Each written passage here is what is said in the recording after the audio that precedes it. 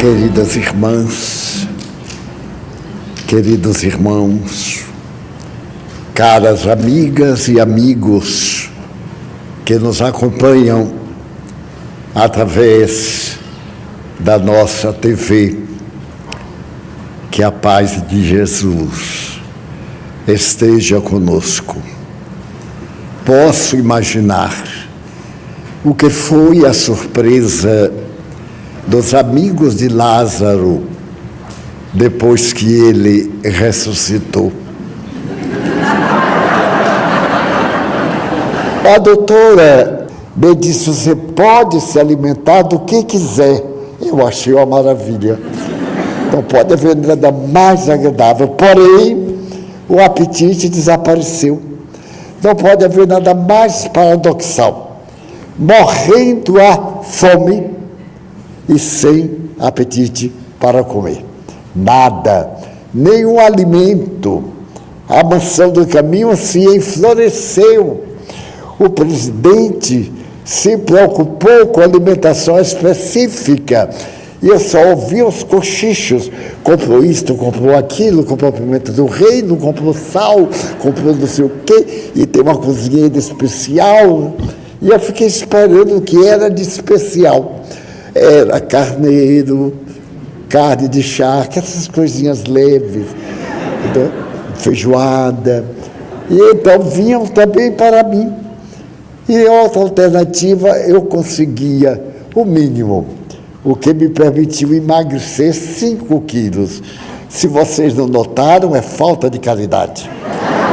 Porque eu estou adorando ter ficado magro.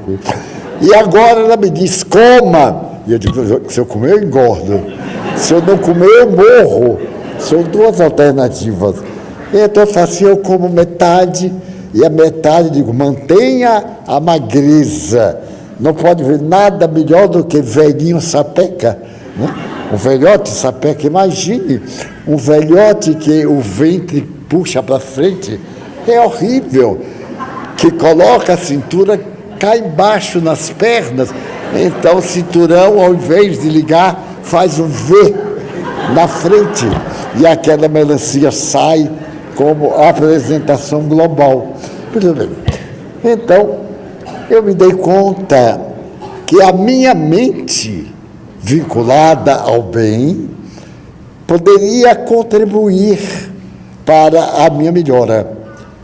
Então, perguntei à mentora Joana de Ângeles. O mais que me felicita é que eu não perguntei a ela nenhuma vez se ia ou não morrer. Eu tinha uma vontade louca, mas não perguntava. Se ela não dizia, eu não perguntava. Foram passando os dias e, de repente, ela me disse: o senhor recebeu uma nova moratória. Eu disse: não.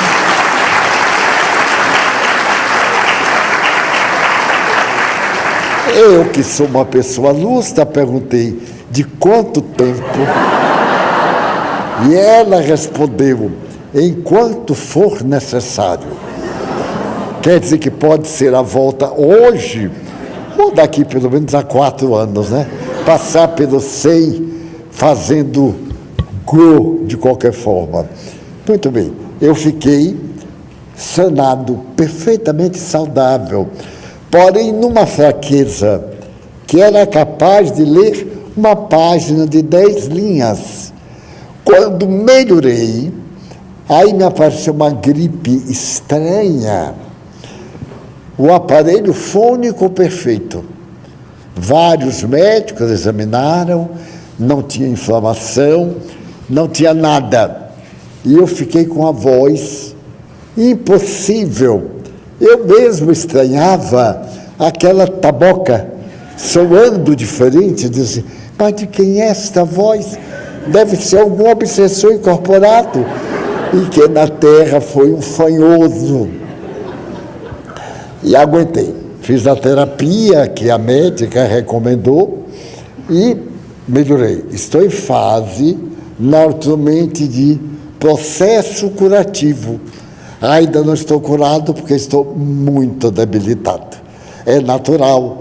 Foram 2 meses de silêncio e de solidão. Eu fiquei deitado, sem receber visitas, porque a recomendação era economizar as energias para poder ter força de enfrentar o câncer. O câncer é a lei funcionando. Então vamos ajudar a lei amando-a para poder nos libertar. Em síntese, não duvide da força do bem. Existe no universo, é a sua tese, uma força que se caracteriza pelo bem. Se você se apoia a essa força do bem, você não está impedido de sofrer, mas sofrerá melhor do que aqueles que não estão preparados. E dessa forma nasceu a nova teoria de a voz do coração. Como eu sempre tive a voz do coração muito pronunciada, porque é uma voz que vai contra a teoria da razão. Quando me tornei espírita, parecia-me um absurdo que os mortos que eu vi dissolver-se e serem levados à campa pudessem voltar. E então eu via que eles voltavam, que eles dialogavam comigo, inclusive. Então, como era lógico isto? A ciência me dizia que morreu, acabou, diluiu-se. E, no entanto, eles vinham, traziam notícias, afirmavam coisas que eu não sabia, mandavam mensagens aos seus familiares. Era uma coisa que eu tinha que acreditar sem provas. Então, as minhas provas eram a voz do coração. Porque eu acreditava em Deus. Nunca perdi a ternura infinita por Deus. E dizendo melhor, por Jesus Cristo. Porque Deus é inumano, inconcebível. Mas Jesus Cristo havia sido ser material como eu. Havia lutado, havia enfrentado dificuldades, havia vencido traições, havia superado situações difíceis. Então eu me tornei seu amigo. Mesmo que ele não me pudesse conhecer, não era importante. Era importante que eu o conhecesse e seguisse as suas lições. Então, a minha voz do coração era muito forte. E assim eu apliquei no meu câncer a técnica do médico havaiano. Eu não digo o nome dele porque não sei pronunciar, é um nome muito difícil. Mas o livro é A Voz do Coração, a quem interessar. Então, eu comecei a olhar aquele tumor, que eu tive a oportunidade de ver o esboço na fotografia, na chapa, que ele fosse autoconsumido. Não aplicava nele o ódio, aplicava uma ação positiva.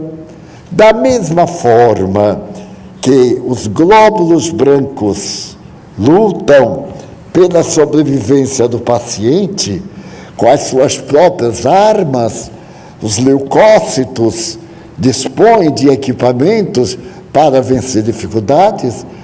Eu vou pedir a Deus para proporcionar a você força de autoconsumpção. E, para minha surpresa, no dia seguinte, ele estava menor. E 2 dias depois, desapareceu completamente. A área, como numa fotografia, apareceu perfeitamente livre de qualquer tumoração de qualquer deformidade ou de qualquer problema na área. Porém, ficou a problemática da saúde do aparelho, que havia sido a consequência do câncer. Então, a minha médica disse que eu necessitava de fazer um longuíssimo tratamento e que, ao mesmo tempo, me fortalecer, alimentar-me bem.